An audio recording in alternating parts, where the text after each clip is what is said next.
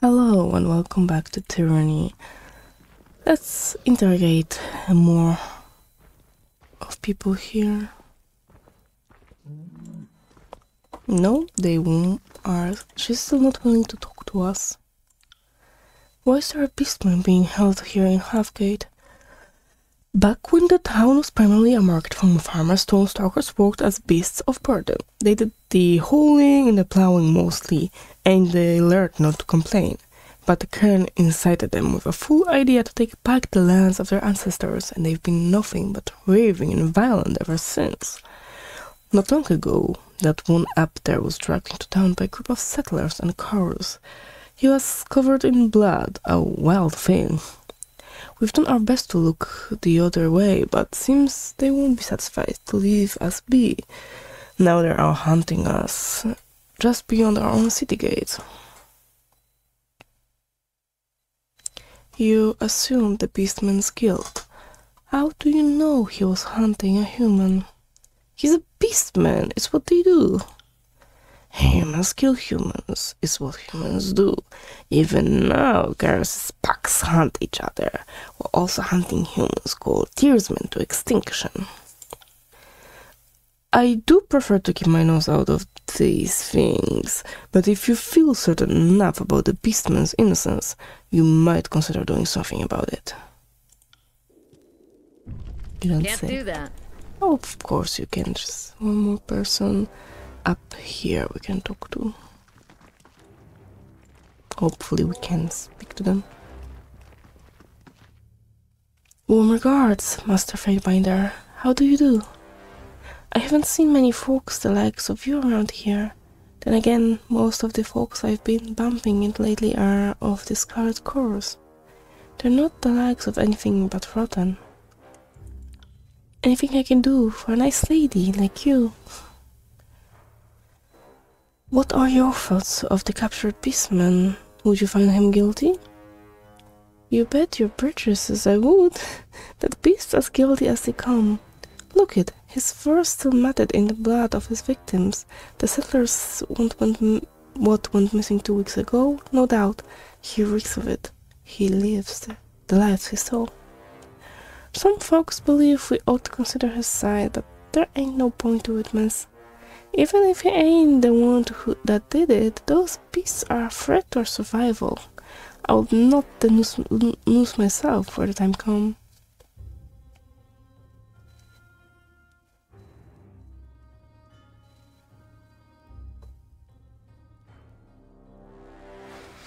But didn't those settlers disappear while scavenging the plains?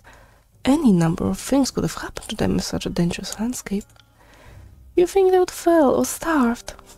No, the proof won't lie. They got ripped apart by a beastman, didn't they?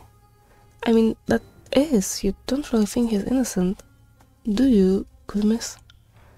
I don't like the thought of letting him go, but I certainly won't be the one to oppose your authority on the situation, Master Fatebinder. You'll see that justice is served, I'm sure of it. Anything I can do for a nice lady like you? Say I want to help from town, what can I do? Stopping the quakes would be a blessing, that's for sure. Don't guess you've any thoughts on how to do that, do you?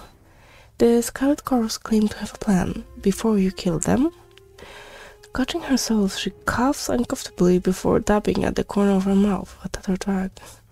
Now, I didn't mean nothing by that, Master Fatebinder.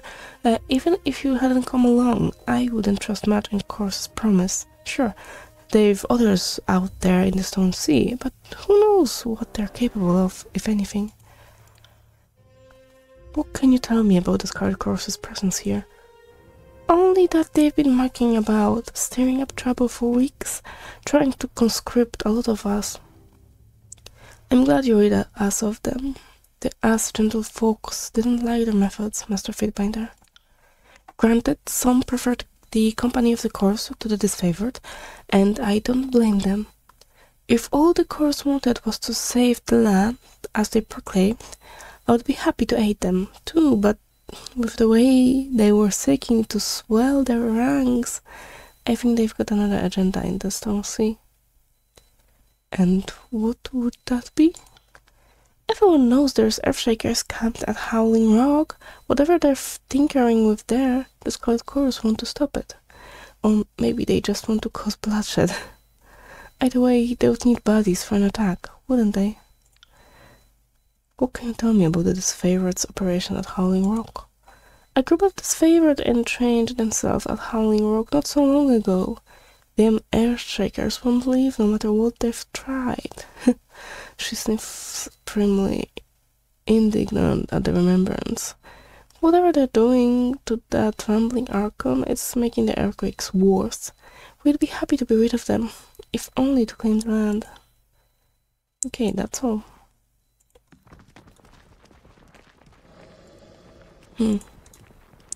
Let's leave them for now. I think we can gather some more evidence. Whether the beastman is guilty or innocent. Some blood stains would be perfect. But we still can't go any further. Okay, well, let's go back to the Disfavored then.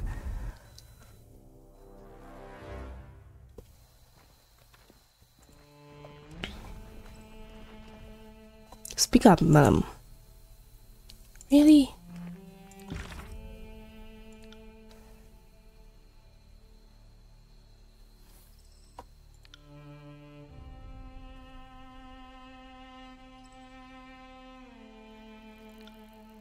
This is the Chronicles. Oh, right.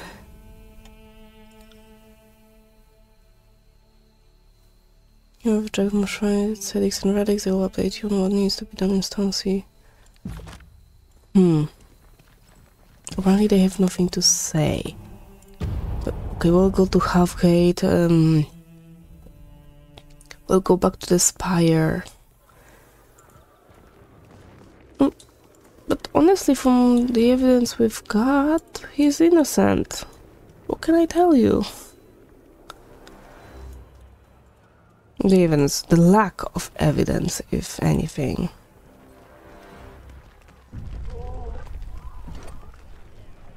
Oh. As you approach, take a good look at the area where the townspeople have trained a beastman brutally and on display like some kind of public attraction.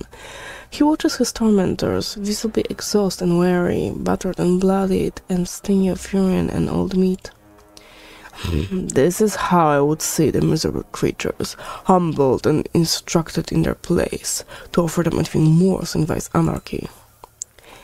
Ironclad whines too often about these beastwomen. Hatch spray.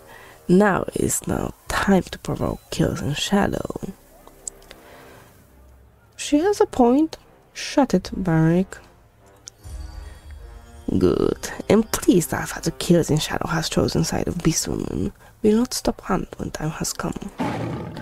The beastman snarls and snaps at you, drooling tiredly as he strains against his bones. His eyes are wide with fear, but his limbs droop tiredly and his whole body trembles. Back away or lose both life and limb. Left claw still has killing teeth. Can still maim human. Hush and lie still, then snap snarl at Alpha if Beastman wants to be afraid. The Beastman cries and jerks, relief flooding him at the sight of his skiff. Kills in shadow, he yelps. Left claw hoped back Alpha would come. Please help, Beastman. The Beastman growls a deep rumbled warning. Has Beastman forgotten how to listen? Want to obey? Said to be quiet. Stop useless whimpering. Kiss in shadow is no longer Alpha of back. She glances to you, obviously worried about the captive Beastman despite her ruthless show of bravado. Beastwoman follows faint by there now.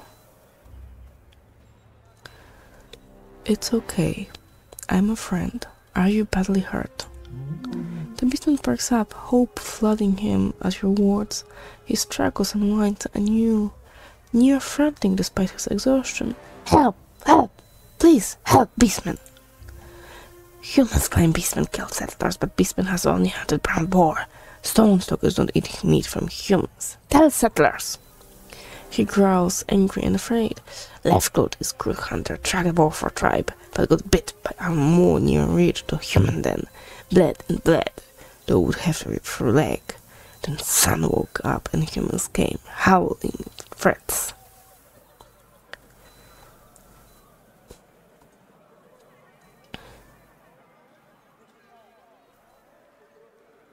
The settlers, I'm convinced, but I'm willing to consider all sides in this matter.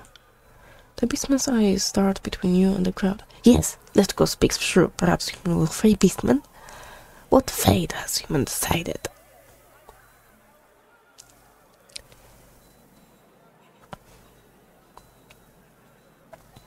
I've decided to free you and decree your innocence.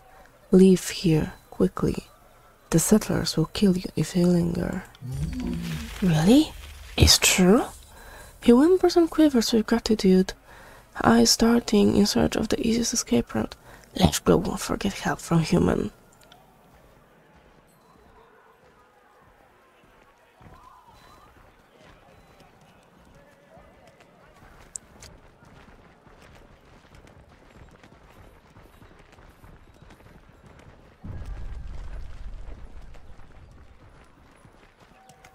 I expected more. I don't know. For them to oppose me? Well, I guess I am the law here. Aye. Okay, there's that.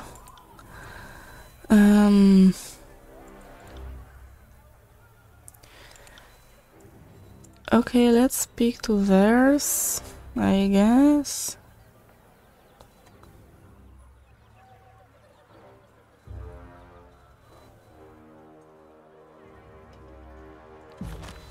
Yeah, let's go speak with theirs now. Come on. Why? Oh, never mind. I did it the wrong way. That's why.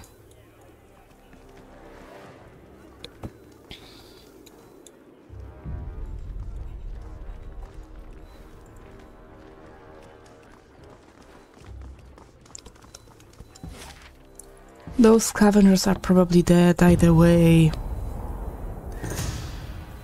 So it doesn't matter if the beastman lives. As you pick your way along a cliffside path, you notice a rope ladder set into the stone and descending in the depths of a ravine. Peering over, you make out a river's slow wind below. The rope terminates on a small ledge jutting over the shimmering surface. A trio of youth dangling lines into the water. The trio fail to notice you until you're almost upon them. They wave pleasantly, inviting you to join them, going so far as to offering you a warm and paw. You notice that their basket is bereft of a small scratch, and their ribs show plainly through their tan skin. You ask the youngsters to show you their technique, and you quickly identify several shortcomings. You show them how to hook their bait so that it won't slip free, how to make ensure the bait fits into the sneak hole, and how to wait until the eel has had time to swallow the hook before setting in. After instruction, the youths make another attempt at sniggling, and one quickly makes a catch. The three thank you profusely for your help. You climb out of the ravine and find the path before continuing on your journey.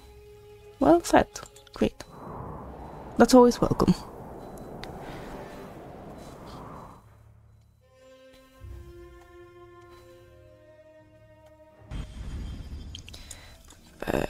There you are.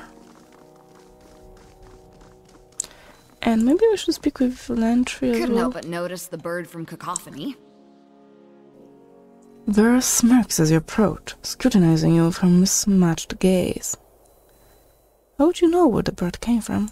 The voiceless birds have a certain hollowness to their movements, like puppets, or the fifth eye.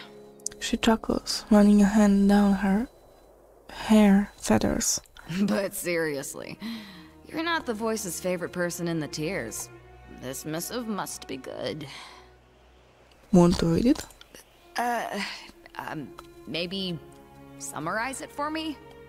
Varus glances at the voice's wildly inconsistent lettering. He thinks he's found one of your sister's killers. Wait, what? He found one of the shits who killed my Furies? Let's pack up and go. Who is this person? I don't know exactly. There's someone who helped murder my sisters in arms. But we know where to find him, right? Let's go pry the whole story from him. There's something else. These strange symbols on the back. There's a lot to love about spycraft. The trickery, the blade work, keeping your senses awake, balancing on the edge between confusion and discovery. Memorizing the Archon's childish pictographs is not my favorite part.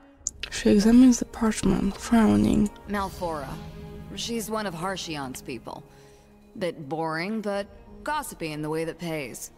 We should be able to find her along the road to Lethian's Crossing. That seems like a lot of glyphs to provide social information. The voices gave us the passphrases that will get Malfora to open up to us. When we find her, let me do the talking and everything should run smooth as sea glass. She rubs her hands together. This will feel good, Finder. Wildly, incredibly, stupidly good. The Archon's sudden interest in your revenge doesn't seem suspicious to you? Are you asking me if I trust the voices of Nerat? Archon of secrets, spy master, arcane pillar of green smoke and flame, immortal magician, eater of minds, and connoisseur of perversions? Yes? Of course not. But if it's some convoluted trap, I'll have your back and you'll have mine, right? Okay, then let's go. Lead the way. But first things first, I need to take you with me. You've carved out a real knack for yourself by breaking the Overlord's edicts left and right. Whatever Tunon is paying you for your services, I would say you're due for a raise. How does it feel? Not only have you given voice to the Overlord's will, but you're breaking Garth's magic left and right. I'm exposing myself to powers I don't understand. War is about taking risks, and you're putting yourself out there more and more. I can't help but respect that. I'm here if you need me, but I don't have a mind for arcane wisdom. I'll do whatever I can to get our little gang through this war, and if it ever looks like your strength is flagging, I'll put you out of your misery and take control. Cheer up. What do you need?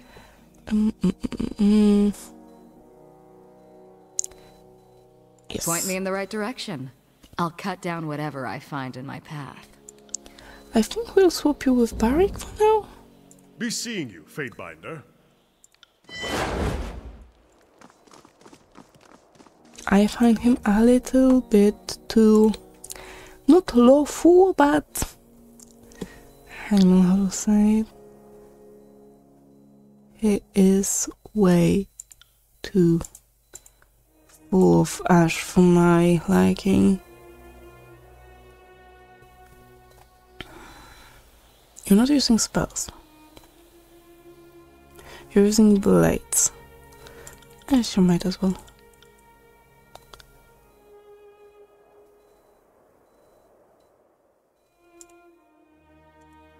Come on. Oh, we haven't traveled with you for a long time now.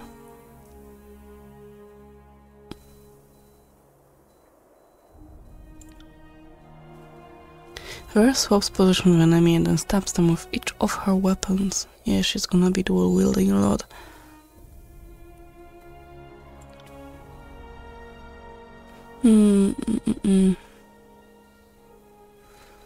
After a kill, Vers will strike 3 times more attacks for a time, sure. Male critical hits damage nearby enemies their target.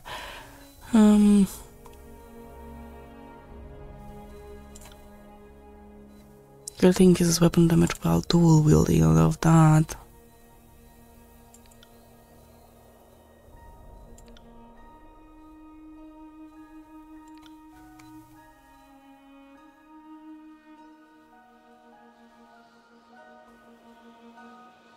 Gain bonus to dodge, sure. Let's give you this. And now we need to teach you something. I think this one is the good one for you. One-handed weapons, yeah.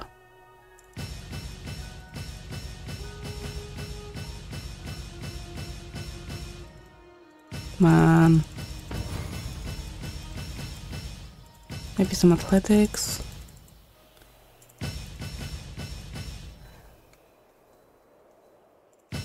Might as well. Don't know about It you, was but perfect. I feel like fighting someone. Okay. Yes, safe.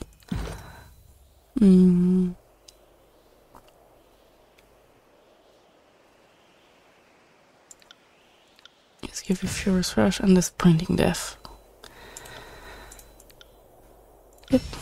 And I also need to give you some new stuff because oh my goodness, you have so bad things, but we only... I mean, you are using swords, right? I think so.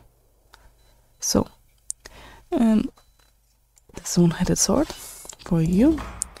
And I think this one is better. This is superior, this is exquisite. 14, 18, 12, 15. Yeah, I'll give you that. Shiny. I like it. Good. And leather. That will be better for you. Light armor. Sure. Light armor. And some more light armor. Who would have guessed?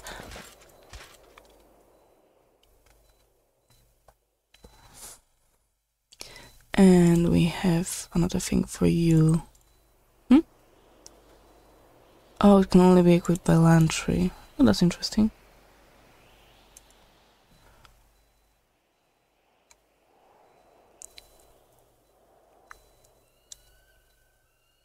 Let's take Lantry with us, maybe? Oh, right, there's also the ring blade. Two-handed. Never mind. Why am I equipping those things?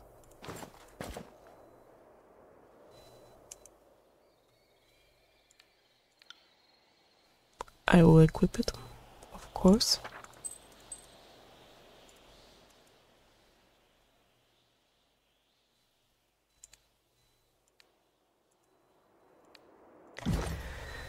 Okay, anything else? The artifact Dauntless, the artifact Penumbra.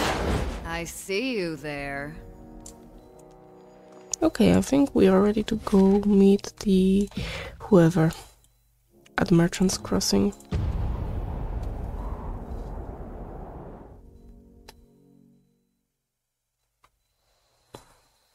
I got it.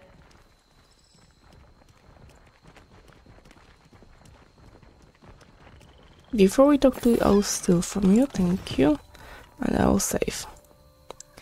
I'm not open for business, friend, and I'm not looking for trouble.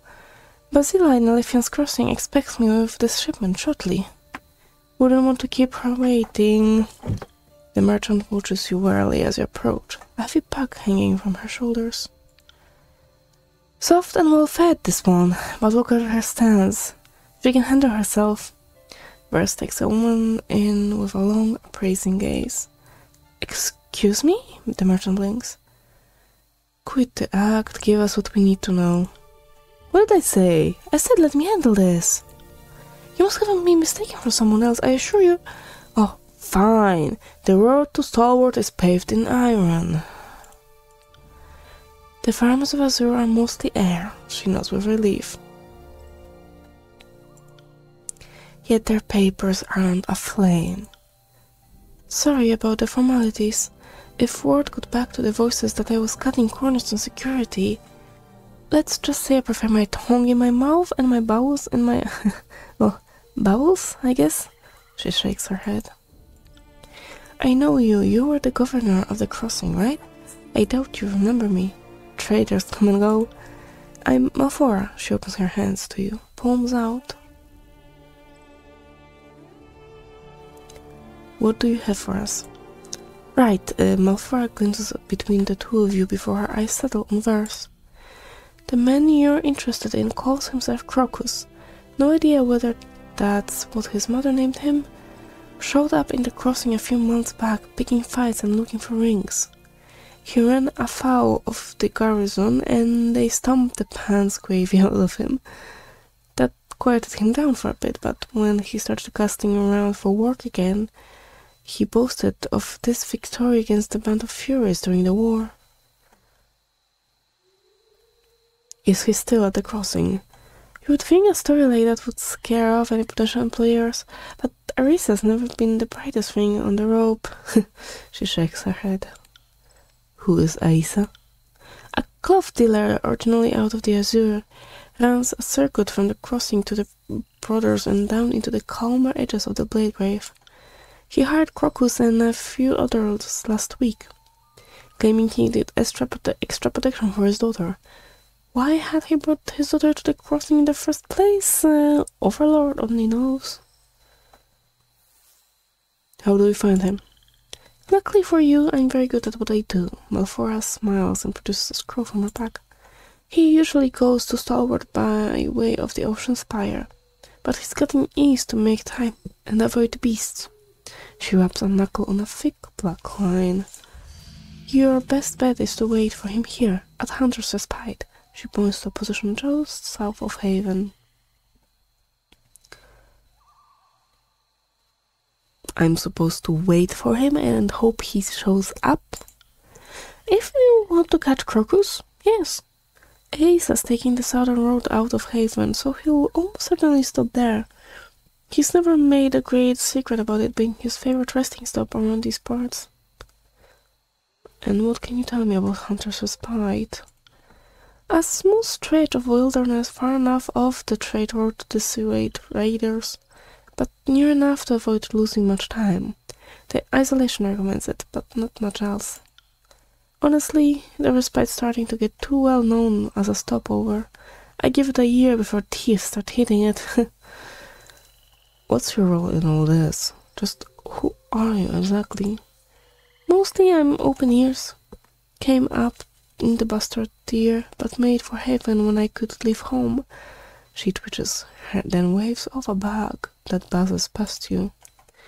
Started hauling goods between the crossing and Sunder, eventually expanding down to the brothers and even as far as Ardent in a good year. The conquest was bad for business.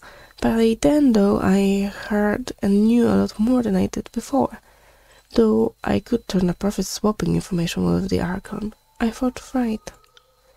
Not that I'm complaining, mind you. Hail Kairos. She straightens and quickly salutes. Thank you. Yeah, thanks. When we find this bastard, we'll open him from balls to chin. You don't know everything I know about the so-called Fear Slayer.